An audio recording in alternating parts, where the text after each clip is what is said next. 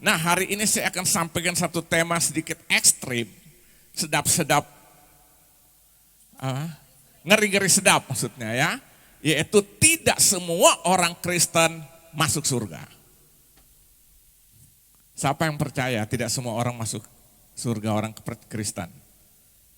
Karena Alkitab sudah katakan itu, banyak yang terpanggil, cuma sedikit yang terpilih. Jadi kita jangan cukup jadi anggota gereja, jadi orang beragama Kristen, tidak ada jaminan masuk surga. Saya dari kecil lahir, tidak Kristen. Tapi saya dulu tidak punya kepastian bahwa saya akan selamat atau tidak. Tapi waktu saya berjumpa dengan Kristus, di situ ada kepastian. Amin. Dan namanya iman itu bukan perasaan. Perasaan orang itu kan kadang-kadang kamu selamat. Ya sih rasa-rasanya. Iman itu bukan, saudara. Iman itu bukan keselamatan. Nanti kita lihat, itu dalam bahasa asli disebut dengan ginosko. Jadi itu bukan perasaan, mudah-mudahan enggak. Nah, kita buka dulu firman Tuhan. Matius pasal 22. Kalau khotbah tentang apa? Berkat senang, mujizat senang. Padahal itu enggak usah dikejar, itu pasti. Amin, siapa yang percaya? Saya sudah bilang kita tidak lagi bergumul untuk itu. Yesus sudah selesaikan, amin. Tapi kita perangi setiap tantangan. Dan kita tahu Yesus bilang carilah dahulu kerajaan Allah dan segala kebenarannya. Lihat, semua ditambahkan. Jadi kalau kita dapat kerajaan Allah, menikmati suasana surga, berkat itu terkirim. Amin. Kita coba, jadi bukan tidur-tiduran terus diberkati, enggak. Kita lakukan bagian tugas kita, tanggung jawab kita jalankan dengan setia, jujur dengan kebenaran itu. Tuhan tinggal buka akan berkatnya supaya mengalir, amin. Maka saya tidak percaya kalau orang Kristen kejar-kejar berkat secara materi, secara kebutuhan hidup, secara manusia itu. Saya tidak percaya itu karena Tuhan sudah jamin kita anak-anaknya. Pernah ikuti khotbah saya yang 6 peranan kita? Salah satu apa? Sebagai anak-anak Tuhan. Anak-anak pusing gak soal makan minum? Gak ada, dia gak mau tahu orang tua yang punya duit. Gak pokok tiap hari gue bangun pagi, gue tahu gue harus sarapan, gue minta makan-makan. Sudah ada, kenapa? Nah kita buka dulu Matius 22. Jadi hari ini saya sampaikan satu tema, tidak semua orang Kristen masuk surga. Ngeri-ngeri sedap, gak apa-apa, agak ekstrim. Kita buka dulu dalam Injil Matius pasal 22. Kita baca ayat 1 sampai 14. Saya akan baca biar saudara dapat menikmati firman Tuhan ini. Matius 22 ayat 1 sampai 11. Lalu Yesus berbicara pula. Temanya dulu ini perumpamaan tentang perjamuan kawin. Itu kalau berbicara perjamuan kawin itu berbicara hidup waktu dalam Yesus datang kedua kali, ada satu perjamuan namanya perjamuan kawin. Kita gereja Tuhan disebut mempelai wanita, Yesus mempelai laki-laki ya. Nah, saya baca ayat pertama. Lalu Yesus berbicara pula dalam perumpamaan, ini bahasa perumpamaan kepada mereka, pada orang-orang termasuk murid-murid. Hal kerajaan sorga, lihat, seumpama seorang raja yang mengadakan perjamuan kawin untuk anaknya. Terus, ia menyuruh hamba-hambanya memanggil orang-orang yang telah diundang ke perjamuan. Bayangkan disuruh panggil perjamuan kawin itu, tapi orangnya itu tidak apa? Mau datang. Terus ia menyuruh pula hamba-hamba yang lain, pesannya katakanlah kepada orang-orang yang diundang itu, sesungguhnya hidangan telah disediakan, lembu-lembu jantan dan ternak piaraanku telah disembelih, semuanya telah tersedia, datanglah ke perjamuan kawin itu. Tetapi orang-orang yang diundang itu tidak mengindahkannya. Ada yang pergi ke ladangnya, ada yang pergi mengurus usahanya, terus dan yang lain menangkap hamba-hambanya itu, menyiksanya dan membunuhnya. Terus maka murkalah raja itu, lalu ia menyuruh pasukannya ke sana untuk membinasakan pembunuh-pembunuh itu dan membakar kota mereka. Sesudah itu ia berkata kepada hamba-hambanya, perjamuan kawin telah tersedia, tapi orang-orang yang diundang tadi tidak layak untuk itu. Terus, sebab itu pergilah ke persimpangan-persimpangan jalan dan undanglah setiap orang yang kamu jumpai di sana ke perjamuan kawin. Maka pergilah hamba-hamba itu dan mereka mengumpulkan semua orang yang dijumpainya di jalan-jalan, orang-orang jahat dan orang-orang baik sehingga penuhlah ruangan perjamuan kawin itu dengan tamu. Ayat 11, ketika raja itu masuk untuk bertemu dengan tamu-tamu itu, ia melihat seorang yang tidak berpakaian pesta. Ia berkata kepadanya, hai saudara, bagaimana engkau masuk kemari dengan tidak mengenakan pakaian pesta? Tapi orang itu diam saja. Ayat 13, lalu kata raja itu kepada hamba-hambanya, ikatlah kaki dan tangannya dan campakkanlah orang itu ke dalam kegelapan yang paling gelap. Di sanalah akan terdapat ratap dan kertak gigi. Ayat 14. Sebab banyak yang dipanggil tetapi sedikit yang dipilih. Berarti Tuhan panggil semua, yang dipilih cuma, nah kita akan pelajari hari ini ya. Jadi saudara lihat di sini ya, ini merupakan satu tema yang sangat ekstrim yang saya sampaikan pada hari ini saudara. Kenapa? Karena banyak orang yang anggap remeh tentang arti keselamatan. Ya kan? Mereka anggap remeh bahwa keselamatan itu anugerah adalah kasih karunia, saking mereka mendengar kata keselamatan itu kasih anugerah dan itu adalah anugerah yang Tuhan berikan, akhirnya mereka anggap itu hanya kasih karunia dan itu merupakan sesuatu yang sangat apa? Murahan. Jadi mereka anggap bahwa keselamatan itu anugerah yang sangat murah karena nggak perlu susah-susah gitu loh. Nggak perlu susah-susah untuk selamat, kok enak banget. Nah, dianggap ini murahan karena begitu gampang. Dengar baik. Kenapa Yesus harus menyelesaikan? Allah sendiri datang menjadi manusia, menyelesaikan dosa manusia. Kenapa? Kenapa? Apa dasarnya? Karena pertama, agama tidak bisa menyelesaikan dosa. Yang pertama. Yang kedua, nabi-nabi tidak bisa menyelesaikan dosa. Yang ketiga, rasul-rasul tidak bisa menyelesaikan dosa. Bahkan yang keempat, tokoh-tokoh agama tidak bisa menyelesaikan dosa.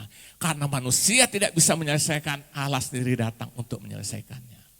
Berarti berat enggak sebenarnya keselamatan itu? Susah banget. Baca perjanjian lama supaya saudara bisa mengerti.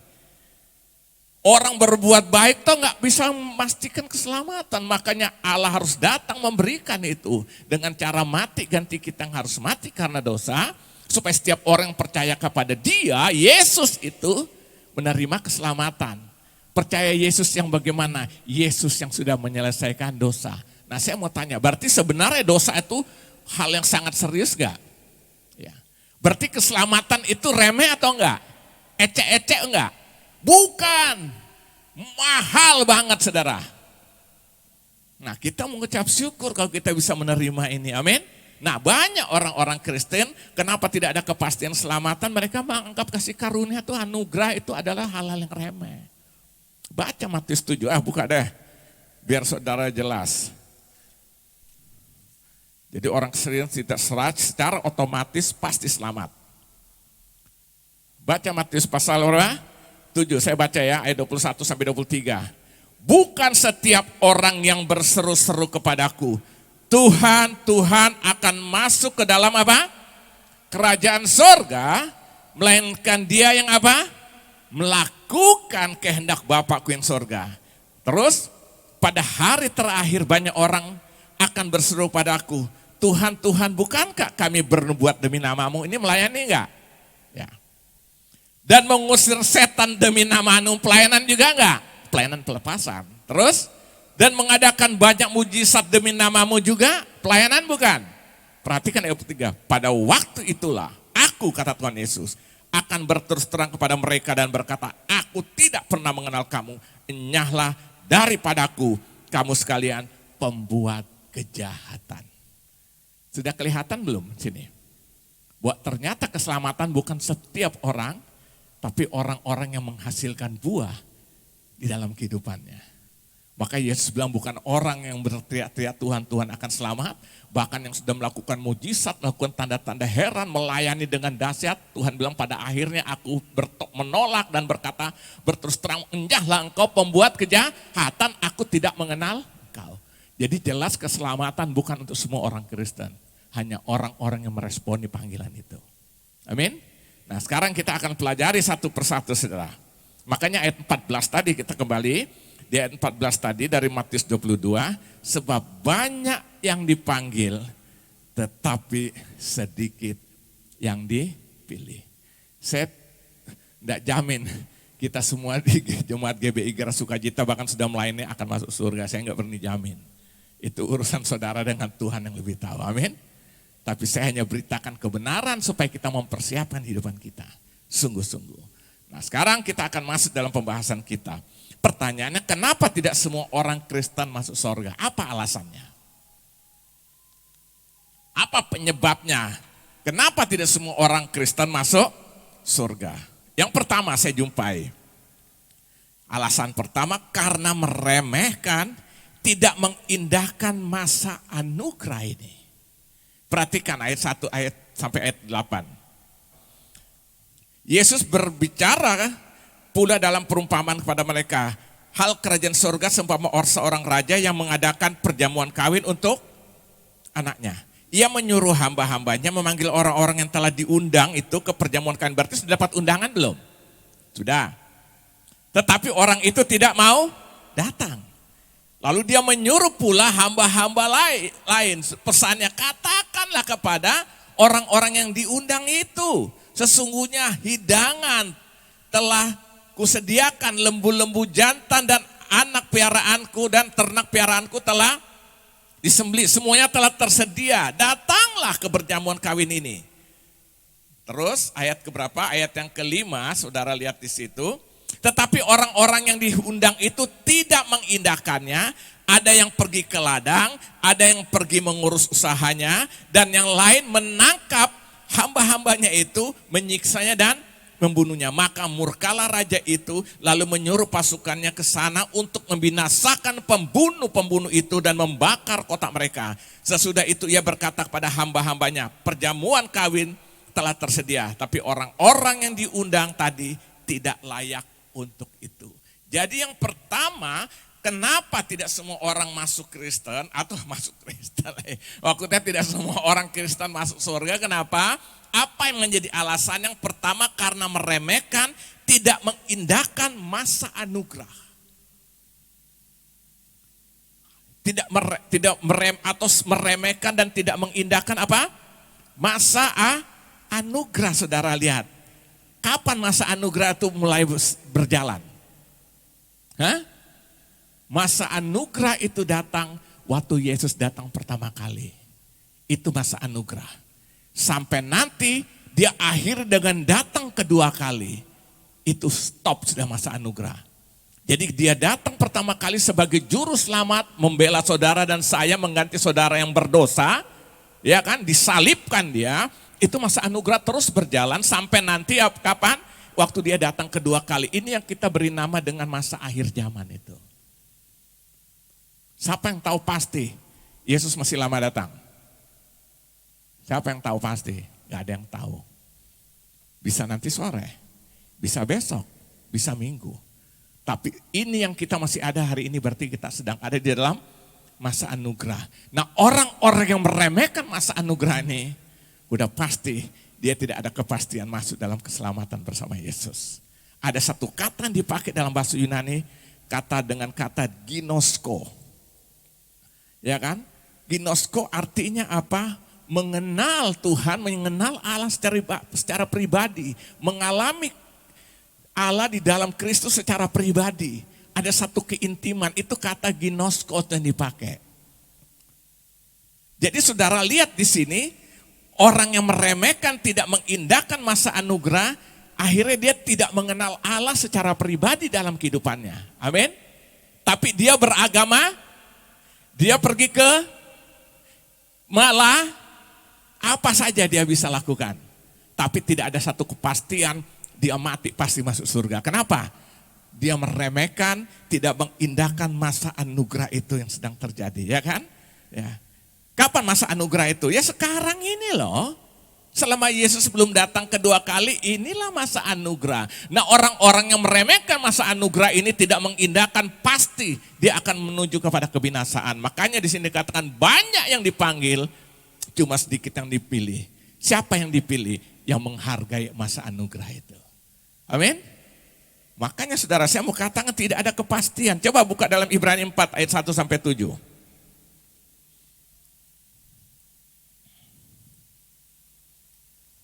Orang yang benar-benar mengalami masa anugerah itu atau yang benar-benar hidup dalam Tuhan tuh buktinya apa saudara? Hah? Pembuktiannya apa? Bahwa dia benar-benar mengalami ginosko, komunikasi, berhubungan, keintiman, mengalami Kristus dalam hidupnya. Apa yang akan terjadi? Menghasilkan buah. Itu ciri khas. Coba kalau kita baca tadi di Matius 7 ayat 20-nya udah jelaskan. Dari buahnya itu kita ketahuan orang itu sudah mengalami Kristus atau belum. Jadi yang tidak ada buahnya itu gimana? Hanya beragama. Ya. Sudah Ibrani 4 ayat 1 sampai 7. Sebab itu baiklah kita waspada supaya jangan ada seorang di antara kamu yang dianggap ketinggalan, sekalipun janji akan masuk ke dalam perhentiannya masih berlaku. Kapan berlaku? Ya saat ini. Ayat 2, karena kepada kita diberikan juga kabar kesukaan sama seperti kepada mereka, tapi firman pemberitaan itu tidak berguna bagi mereka karena tidak bertumbuh bersama-sama oleh iman dengan mereka yang mendengarnya. Terus, sebab kita yang beriman akan masuk ke tempat perhentian seperti yang ia katakan. Sehingga aku bersumpah dalam murkaku, mereka takkan masuk ke tempat perhentianku sekalipun pekerjaannya sudah selesai sejak dunia dijadikan. Terus, ya, sebab tentang hari ketujuh pernah dikatakan di dalam suatu nas, dan Allah berhenti pada hari ketujuh dari segala pekerjaannya. Terus, dan dalam nas itu kita baca mereka takkan masuk ke tempat perhentianku. Ayat 6, jadi sudah jelas bahwa ada sejumlah orang akan masuk ke tempat perhentian itu. Sedangkan mereka yang kepadanya lebih dahulu diberitakan kabar kesukaan itu tidak masuk karena apa? Ketidaktaatan mereka. Nah, perhatikan ayat 7. Sebab itu ia menetapkan pula suatu hari, yaitu apa? Hari ini. Ketika ia setelah sekian lama berfirman dengan perantaraan Daud seperti dikatakan di atas, pada hari ini jika kamu mendengar suaranya, janganlah keraskan hatimu. Jadi sekarang lagi sedang ada masa anugerah enggak? Jangan kerasan hati artinya apa? Meremehkan masa anugerah. Orang yang meremehkan masa anugerah, sudah ada kepastian dia tidak akan masuk dalam kekekalan bersama Yesus itu. Ya saudara lihat, makanya saudara lihat pada akhirnya saudara lihat kembali ke Matius 22. Makanya akhirnya di Matius 22 itu di ayat 9, 10 saya bacakan. Kita baca dari ayat yang ke-9. Sebab itu pergilah ke persimpangan-persimpangan jalan dan undanglah setiap orang yang kamu jumpai di sana ke perjamuan kawin itu. Maka pergilah hamba-hamba itu dan mereka mengumpulkan semua orang dijumpai di jalan-jalan, orang-orang jahat dan orang-orang baik sekalipun penuhlah ruangan, sehingga penuhlah ruangan itu, ruangan perjamuan kawin itu dengan apa? Dengan tamu. Lihat akhirnya saudara lihatnya, anugerah itu diberikan bagi orang-orang yang sebelumnya tidak diperhitungkan. Makanya Alkitab bilang apa? Yang terdahulu menjadi terakhir dalam Injil Matius 19 ayat 30. Yang terdahulu akan menjadi terakhir, yang terakhir menjadi terdahulu. Kenapa saudara? Menolak masa anugerah. Ini saya beri nama apa? Meremehkan. Haleluya, ya kan? Saudara lihat, di sini saudara lihat ya. Jadi tidak ada kepastian. Makanya Alkitab bilang berjaga-jagalah dan berdoalah. Amin. Saudara, tidak ada yang pernah tahu tentang kehidupan. Nah begitu lewat, ya saya nggak tahu kemana tempat. Selama kita meremehkan, tidak menghargai anugerah Tuhan, maka siap-siaplah kemana kita pergi. Hanya Tuhan yang tahu. Saudara lihat di sini ya. Jadi yang pertama, kenapa tidak semua orang masuk surga? Kenapa? Meremehkan, tidak mengindahkan masa anugerah. Ini sedang berjalan terus. Ada orang tanya, Pak masih panjang nggak kira-kira? Saya bilang saya nggak tahu. Cuma kalau kita lihat dari perhitungan waktu, Yesus datang sudah berarti kurang lebih 2022 tahun. Sampai kapan saya nggak tahu. Tapi prinsip saya kalau lihat tanda-tanda, karena Alkitab tidak pernah berkata Yesus datang ada yang tahu secara pasti. Sampai Yesus dalam posisi sebagai manusia dia bilang tidak, anak pun tidak tahu, hanya Bapa di surga. Tapi dari lihat tanda-tanda Alkitab sudah jelaskan, salah satu tanda terakhir itu Injil akan beritakan sampai ke ujung bumi. Sekarang sedang terjadi enggak? Ya, hal sekarang saya khotbah, tempat lain bisa mendengarkan lewat live streaming. Negara-negara yang tertutup dulu sekarang terbuka. Kita bisa lihat kayak Cina, negara-negara sekarang sedang terbuka luar biasa. Injil, penggambaran Injil sedang terjadi juga di sana, di banyak tempat. Berarti tanda-tanda itu sudah terakhir. Baca nanti Matius 24. Tanda terakhir itu Injil diberitakan. Tapi kita meremehkan masa anugerah, berarti siap ke laut Arafur. Jadi yang pertama, kenapa tidak semua orang masuk dalam kerajaan surga? Karena meremehkan, tidak mengindahkan masa anugerah itu. Amin. Makanya ayo dong sekarang kita serius dengan Tuhan gitu loh. Mau sampai kapan lagi sih?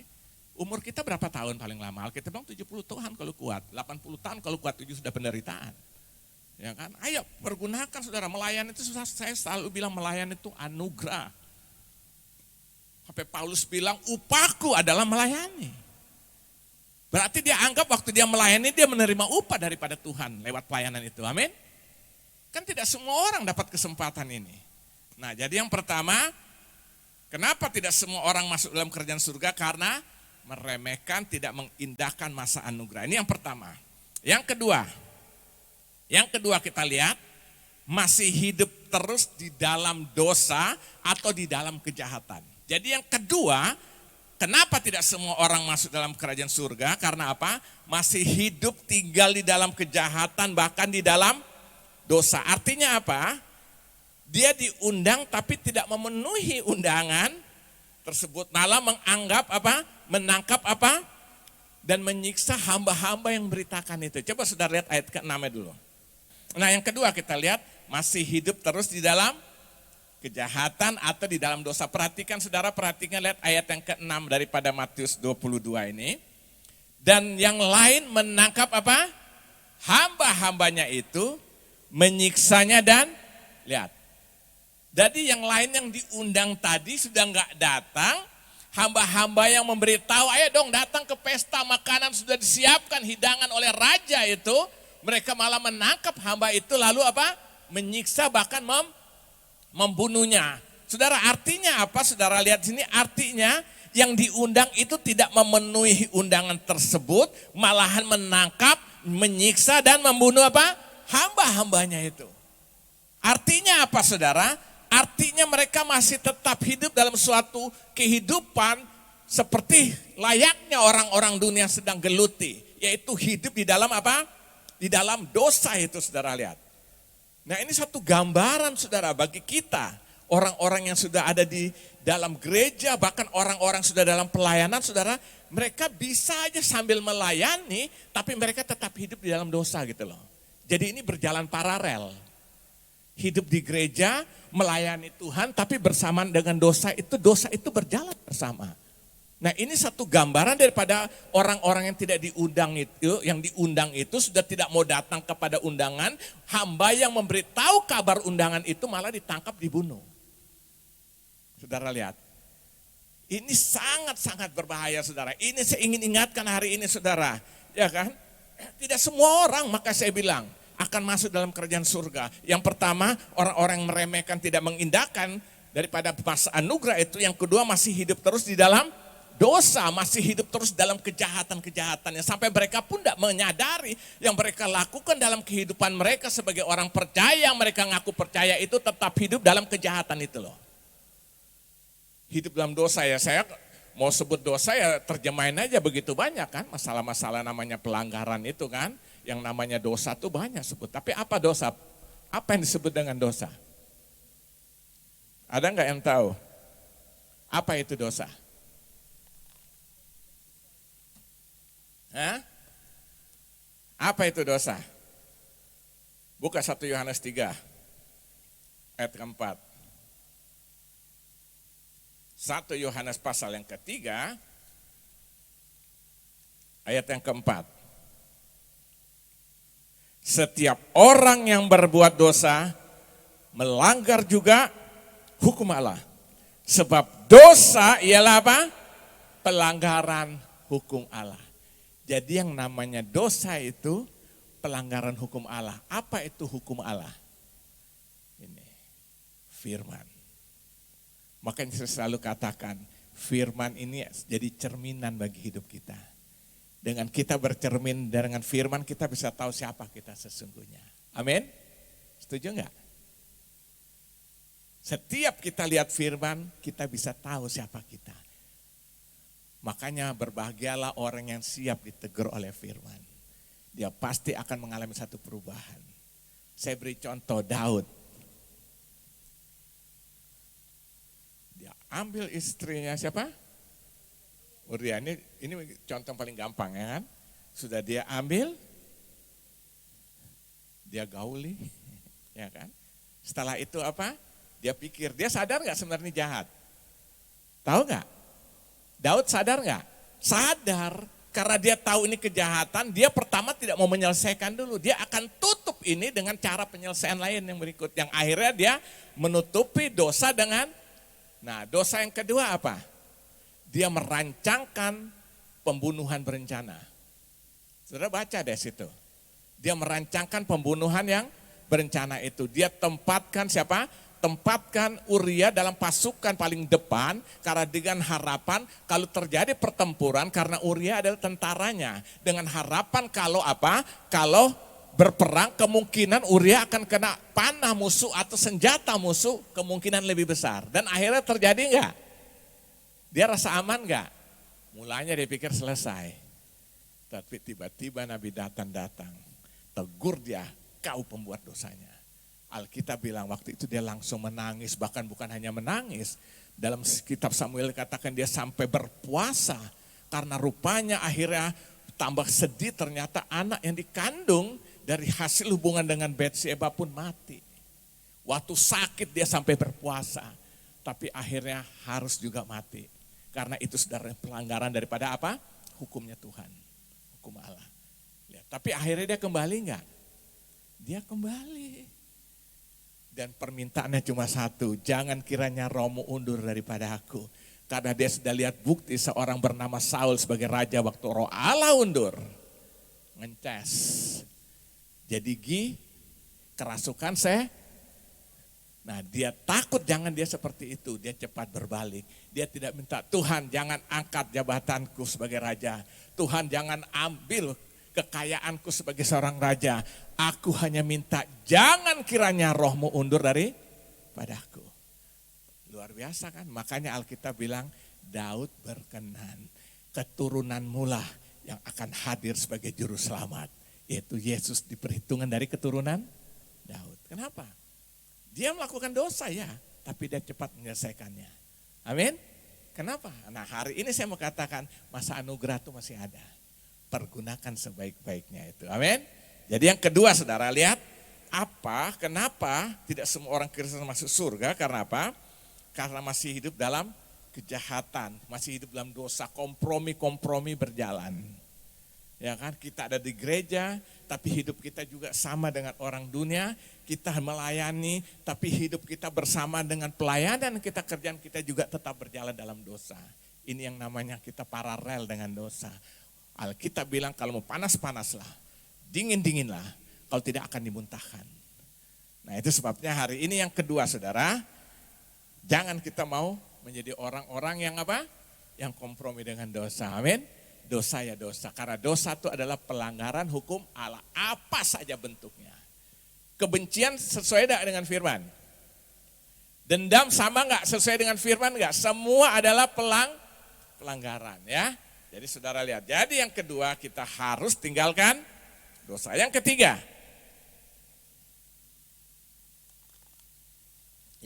kenapa tidak semua orang masuk surga? Saya jumpai yang ketiga adalah menyamar masuk dalam acara pesta itu saudara ya.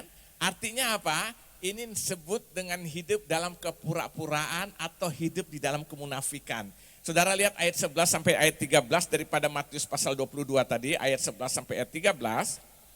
Ketika raja itu masuk untuk bertemu dengan tamu-tamu itu, artinya yang sudah diundang tadi, yang tadi tidak termasuk, tapi diundang mereka datang ke pesta itu. Ia melihat seorang yang tidak berpakaian pesta, artinya pakaiannya apa? Compang-camping, ini yang saya beri nama orang berdosa. Pakaian pesta itu gambaran satu kehidupan yang sudah disucikan, dimurnikan oleh Tuhan. Ya. Ketika raja itu masuk untuk bertemu dengan tamu-tamu itu, ia melihat seorang yang tidak berpakaian pesta. Jadi nyamar, saudara apa? Menyelinap di dalam acara pesta itu. Ia berkata kepadanya, "Hai saudara, bagaimana engkau masuk ke mari dengan tidak mengenakan pakaian pesta?" Tapi orang itu apa? Diam saja. Lalu saudara perhatikan ayat ke-13. Lalu kata raja itu kepada hamba-hambanya, "Ikatlah kaki dan tangannya dan campakkanlah orang itu ke dalam kegelapan yang paling gelap. Di sanalah akan terdapat ratap dan kertak gigi." Saudara lihat. Nah, jadi rupanya dalam acara pesta itu tiba-tiba orang yang tidak diundang, dia juga tidak memakai pakaian pesta, artinya apa? Ini satu gambaran orang yang masih hidup di dalam dosa tapi mau masuk ke dalam acara pesta itu. Sementara semua dengan berpakaian apa? Pesta, artinya orang-orang yang sudah benar-benar dibenarkan oleh Tuhan. Dia menyelinap masuk, ingin ikut menikmati pesta itu. Akhirnya raja melihat, raja menegur, dan raja bilang, "Kenapa kamu bisa masuk sampai sini?" Disuruh tangkap dan akhirnya apa? Dicampakkan masuk ke dalam tempat yang sangat dalam, ratap dan kertak gigi. Nah, ini berbicara tentang apa, saudara? Ini berbicara tentang kepura-puraan rohani.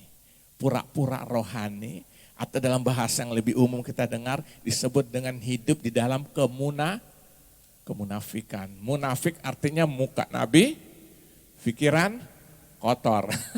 Ya kan? Saudara lihat. Nah, saudara, rupanya gambaran inilah yang diberikan oleh Tuhan Yesus, perumpamaan orang-orang yang tidak diundang tapi dia nyelinap masuk dengan tidak pakai pakaian pesta. Akhirnya ketahuan oleh raja dan dia ditangkap dan dibuang ke dalam kegelapan itu. Nah, ini satu gambaran kehidupan orang-orang yang pura-pura rohani yang disebut dengan kemunafik. Ini juga tidak masuk bagian dalam kerajaan surga. Capek enggak hidup munafik? Capek. Sandiwara tuh capek. Orang normal suruh gagu kan capek ya kan? Saya bayangkan apa ini suruh jadi orang buta.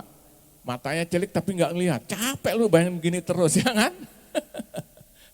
Capek saudara, namanya sandiwara ya permainannya kan capek. Dan pasti nanti satu saat akan terbit yang sebenarnya gitu loh. Percaya deh. Kita pura-pura bisa tapi nanti pasti akan keluar sesungguhnya itu. Nah, itu sebabnya hari ini saudara, jangan kita mau menyamar ya kan, masuk dalam satu acara pernikahan itu dalam gambaran ini dengan berpura-pura. Amin. Ayo saudara, kita selesaikan hidup kita, nggak usah munafik lagi dah. Kita apa adanya. Jika ya katakan ya, jika tidak katakan tidak. Selebihnya berasal dari, nah, saudara tahu itu ya. Jadi artinya kita apa adanya. Kalau toh kita salah, ada pintu anugerah kok masih terbuka sampai hari ini sebelum Yesus datang. Tuhan, aku salah, ampuni saya. Amin. Apapun dosa pelanggaran kita masih ada kesempatan kok, Tuhan ampuni kita. Ayo dong, pergunakan dong anugerah ini. Amin. Tapi jangan kita pura-pura. Itu yang namanya apa? Kemunafikan. Alkitab katakan dalam Injil Matius pasal 7 ayat 15 itu digambarkan seperti serigala memakai bulu domba.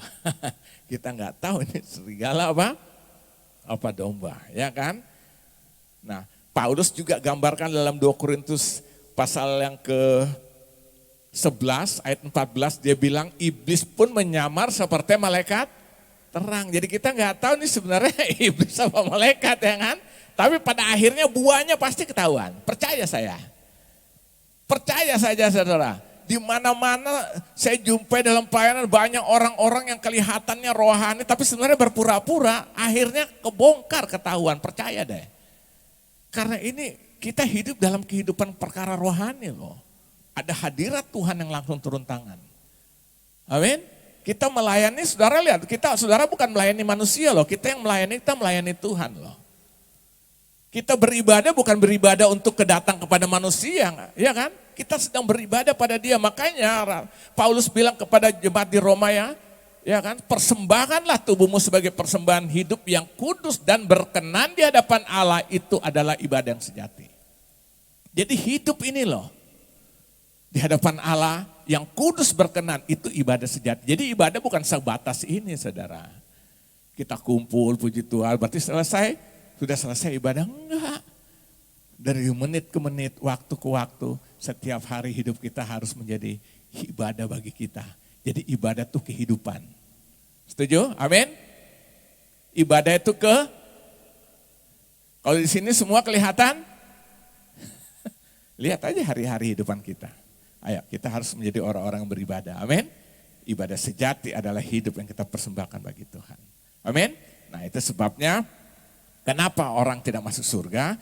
Gambaran tadi, perumpamaan Yesus sampaikan itu adalah orang yang tidak berpakaian pesta, tapi coba-coba masuk dalam tempat acara-acara pesta di mana semua orang dengan berpakaian pesta. Artinya apa? Hidup berpura-pura. Hidup dalam kemunafikan. Ayo saudara, mulai hari ini udahlah, buanglah itulah. Amin. Sungguh-sungguh dalam Tuhan, usah pura-pura lah. Kalau kita salah tuh masih punya kesempatan untuk selama kita hidup dapat pengampun dari Tuhan. Amin. Ayo jangan pura-pura ya. Ini orang-orang seperti ini tidak akan masuk dalam. Nah, yang keempat, yang terakhir, yang sangat dinanti-nantikan. Apa yang terakhir? Kenapa orang tidak masuk kerajaan surga? Yang terakhir, yang keempat, karena hidup dalam persungutan terus-menerus, tidak bisa hidup dengan rasa bersyukur. Jadi dengar baik, orang yang bersyukur, orang yang tidak bisa bersyukur hanya mengeluh, menggerutu, bersungut-sungut setiap hari. Harus, saya mau katakan firman Tuhan sejelas, katakan orang-orang seperti ini tidak akan mungkin masuk dalam kerajaan surga. Coba saudara lihat dulu dalam 1 Tesalonika ayat pasal 5, 1 Tesalonika pasal 5 ayat 18. Mengucap syukurlah dalam, stop dulu. Dalam segala hal, artinya waktu lagi uang tebal baru mengucap syukur? Ya enggak? Iya, lagi ada uang mengucap syukur dong. Tetapi juga waktu tidak ada, lagi sehat mengucap, lagi sakit mengucap, ada beras mengucap, tidak ada beras. Nah, makanya mengucap syukur dalam segala hal artinya tidak ditentukan oleh kondisi untuk kita bersyukur. Amin. Sebab itulah yang dikehendaki Allah di dalam Kristus Yesus bagi kamu. Itu menjadi kehendak Tuhan. Nah, saudara, saya mau katakan hari ini, orang-orang yang hidupnya hanya hidup dalam persungutan tidak bisa bersyukur, saya mau katakan orang-orang ini akan hidup masuk dalam kebinasaan, saudara. Makanya di sini kan ucapan syukur dalam segala hal, artinya apa? Waktu kita terus bersungut-sungut, tidak bisa bersyukur, hanya menggerutu, itu berarti sama dengan kita sedang berkata, Tuhan engkau jelek, engkau jahat, engkau tidak baik, engkau curang, dan sebagainya. Jadi orang yang sedang mengeluh, dia sedang berkata, Tuhan engkau jelek, engkau jahat, engkau tidak bisa memperdulikan hidupku. Itu arti lawan daripada mengucap syukur. Waktu kita menggerutu terus, kita sedang bilang Tuhan itu tidak baik. Padahal Alkitab bilang, sebab dia baik, bahwasanya untuk selamanya kasih setianya, kata firman kan. Dia itu tetap the best, dia yang terbaik. Berapa besar kasih Tuhan dicurahkan bagi kita? Hah? Atau saya mau tanya, siapa lagi yang ingin merasakan kasih Tuhan lagi lebih besar? Angkat tangan. Hah? Udah gak bisa. 100% dia sudah berikan. Nah tinggal kita berapa persen kita meresponi kasih itu, segitu kita rasakan. Dia beri 100%, saudara meresponi cuma 10%, maka kasih Tuhan yang saudara rasakan cuma 10%. Kita meresponi 25%, 25% kita rasakan. Kita responi 90% kita rasakan kasih itu. Tapi 100% kita responi, 100% itu kita akan rasakan. Nah saya beri contoh saudara, Bangsa Israel ini sebenarnya tolong Tuhan enggak? Tuhan mengasihi enggak? Yang inisiatif bawa keluar dari tanah penjajahan itu perbudakan di Mesir untuk masuk kepada tanah yang kaya susu dan madu, yaitu tanah Kanaan, itu siapa yang suruh? Tuhan. Allah memerintahkan Musa. Nah setelah dia perintahkan dibawa keluar, dia nyatakan mujizat enggak? Setiap hari, setiap tantangan ada. Mujizat terjadi, dia pelihara enggak? Setiap hari mana itu turun.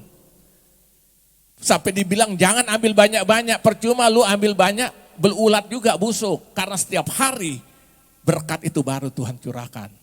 Berarti terpelihara secara sempurna. Alkitab katakan pakaian yang mereka pakai tidak pernah robek selama 40 tahun.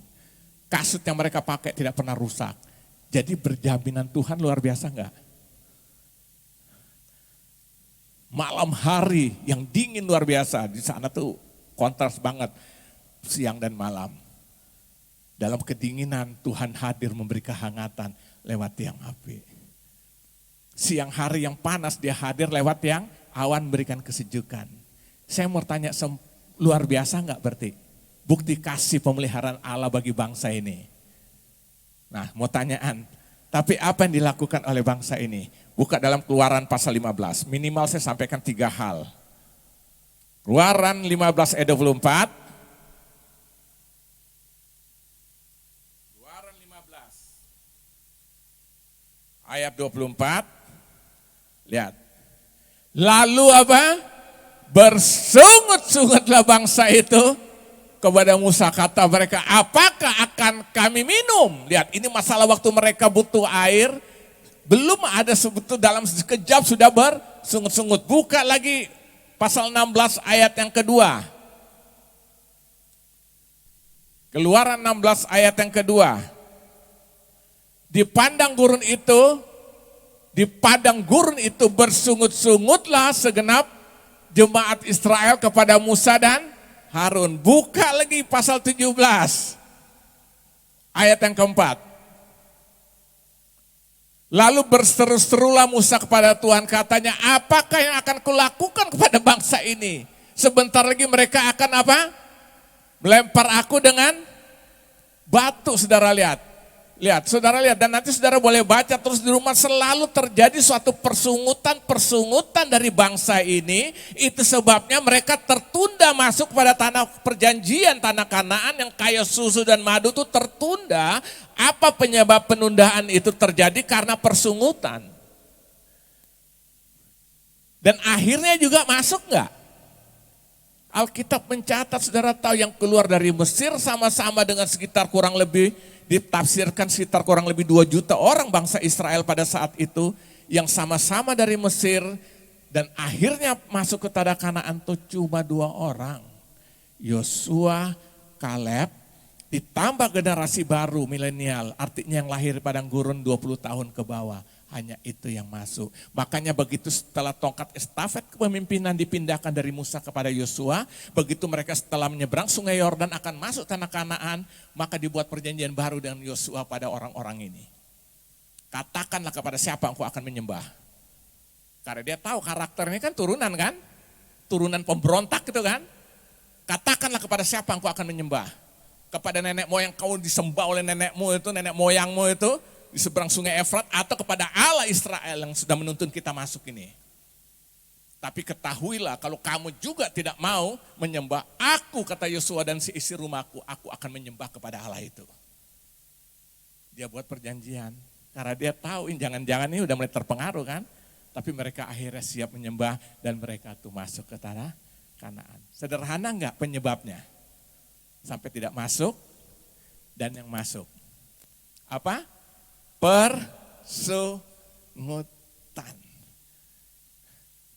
Coba nanti saudara praktekkan di rumah, bangun pagi ngomel-ngomel. Sialan, kok hidup susah begini segala macam.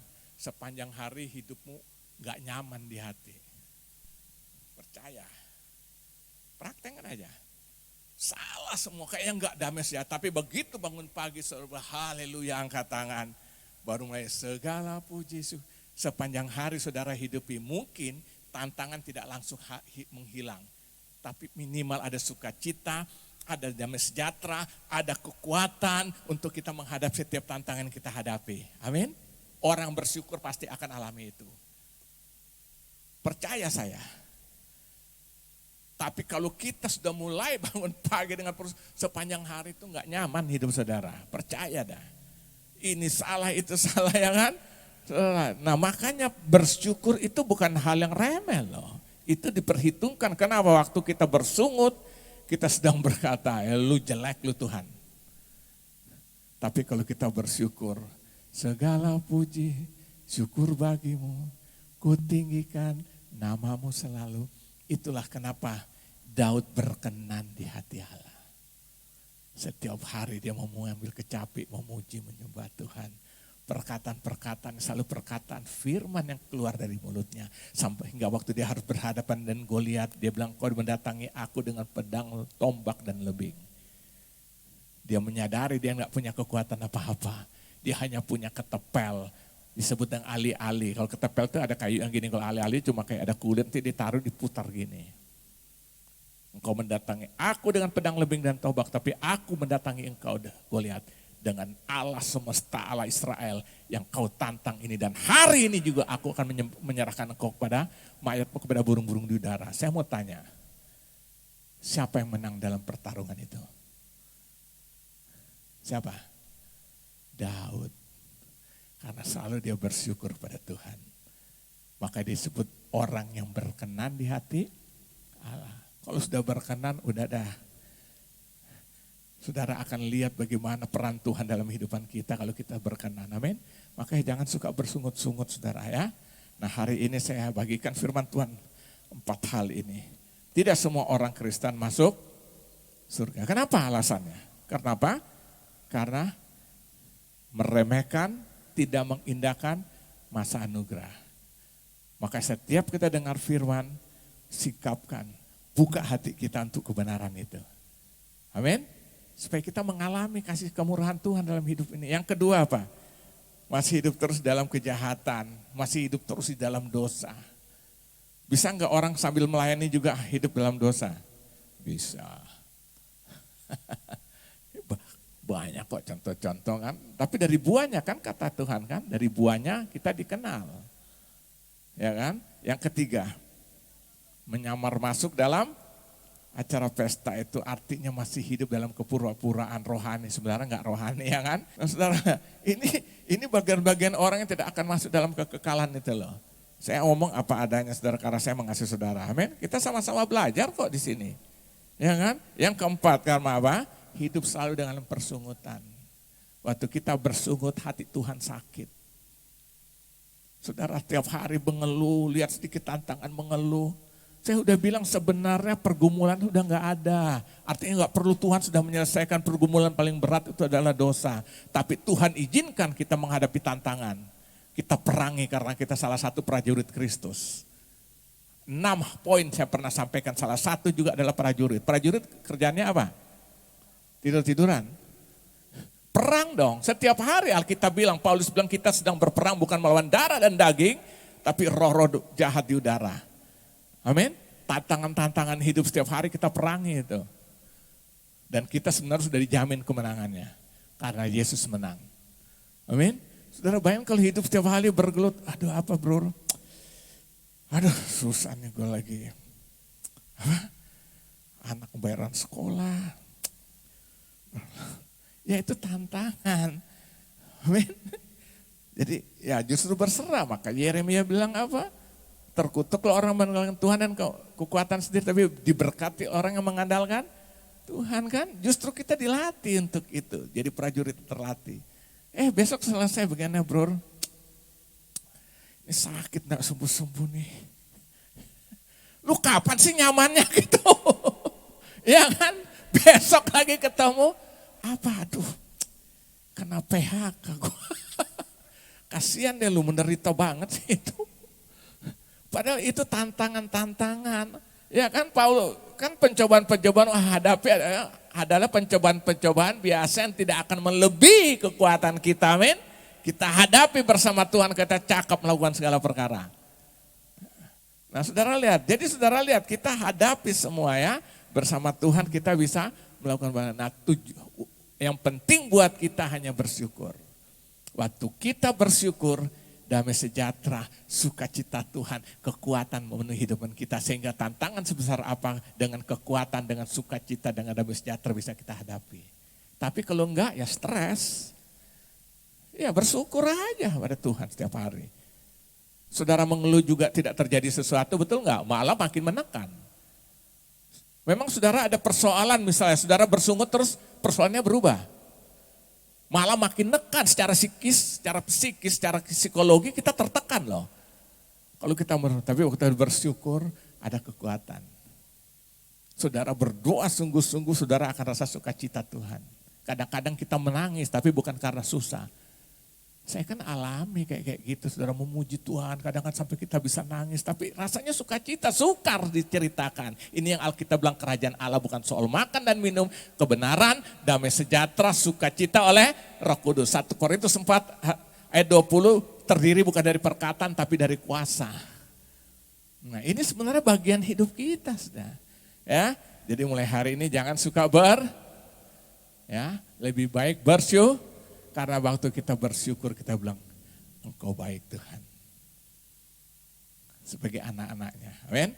Nah sebagai ayat terakhir, ada 2 ayat terakhir. Buka 2 Korintus pasal 4. Sebagai ayat penutup nih. Akhirnya seluruh pemberitaan firman Tuhan ini, kita lihat pada akhirnya 2 Korintus pasal yang keempat, ayat 3-4. Jika Injil yang kami beritakan masih tertutup juga, artinya orang menutup diri, orang tidak siap membuka hati, orang tidak siap menerimanya. Jika Injil yang kami beritakan masih tertutup juga, maka ia tertutup untuk mereka yang akan binasa. Jadi kita dengar firman, kita meremehkan, kita tidak anggap itu serius. Alkitab bilang kalau itu masih terjadi juga tertutup, itu tertutup bagi yang akan binasa. Nah, terserah saudara pilih yang mana. Buka 1 ayat lagi. Amsal 13 ayat yang ke-13. 13. Siapa meremehkan firman, ia akan menanggung akibatnya. Tetapi siapa taat kepada perintah, akan menerima balasan. Siap? Meremehkan firman apa? Ada akibatnya, tapi yang taat kepada firman menerima balasan dari Tuhan. Amin. Sebenarnya hidup Kristen tuh simpel enggak? Saya mau tanya jujur. Siapa yang bikin ribet? Kita yang bikin ribet, ya kan? Nah itu sebabnya hari ini ayo saudara persiapkan hati kita, hidup kita untuk sungguh-sungguh saudara. Supaya benar-benar tahun kemuliaan yang Tuhan curahkan bagi kita, kita menikmati. Dan itu hanya bisa bagi roh yang sungguh-sungguh menyala-nyala untuk Tuhan. Amin. Itu sebabnya jangan meremehkan hal-hal perkara rohani, jangan menganggap remeh masa anugerah ini, pergunakan sebaik-baiknya ya kan. Kita hidup jangan lagi dalam satu kejahatan, dalam dosa terus bergumul dengan dosa itu kan. Tinggalkan itu saudara, janganlah jadi orang-orang yang hidup hanya berpura-pura rohani padahal tidak rohani, yang disebut dengan kemunafikan dalam kehidupan. Tinggalkan itu ya kan, dan belajarlah hidup untuk bersyukur kepada Tuhan. Dan saya percaya hari ini juga walau kita lakukan itu, minimal damai sejahtera Tuhan menguasai hati pikiran kita. Kita mengalami damai sejahtera, sukacita, bahkan apa? Kuasa itu Tuhan berikan. Karena kerajaan Allah itu bukan soal makan dan minum. Kapan itu terjadi? Itu terjadi hari ini juga. Bagi setiap orang yang meresponi firman dengan sungguh-sungguh. Amin. Kerajaan Allah itu bukan hanya nanti sekarang. Yesus datang hadir membawa kerajaannya. Datanglah kerajaanmu, jadilah kehendakmu bumi seperti di surga. Jadi kerajaan Allah sudah hadir belum? Sudah belum? Sudah, suasana surga itu sudah dapat kita nikmati. Nah sekarang tinggal terserah pilihan, mau atau tidak. Waktu kita serius dengan Tuhan, kita akan alami itu. Tuhan Yesus memberkati. Haleluya, haleluya, haleluya, haleluya.